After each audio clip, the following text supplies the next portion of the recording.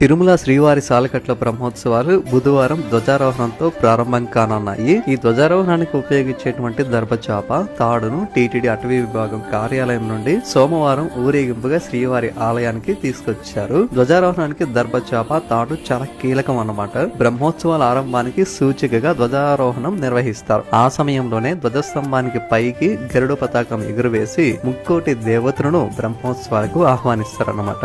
ఋత్వికులు వేద మంత్రాలతో దర్భచాపను ధ్వజస్తంభం చుట్టూ చుడతారు. దర్భతో అల్లిన తాడును ధ్వజస్తంభం పై వరకు చుడతారు. వీటి తయారీ కోసం టీటీడీ అటవీ శాఖ దాదాపు 10 రోజుల ముందు నుంచే కసరత్తు చేసి సేకరించింది. దర్భలో శివదర్భ, విష్ణు దర్భ అనే 2 రకాలు ఉంటాయి. తిరుమలలో మాత్రం విష్ణు దర్భను ఉపయోగిస్తారు. ఇందుకోసం ఏర్పేడు మండలం చెల్లూరు గ్రామంలో విష్ణు దర్భను టీటీడీ అటవీ సిబ్బంది సేకరించి తిరుమలకు తెచ్చి వారం రోజుల పాటు తక్కువ ఎండలో ఎండబెట్టి బాగా శుభ్రపరిచి 22 అడుగుల పొడవు 7.5 అడుగుల వెడల్పుతో 60 కిలోల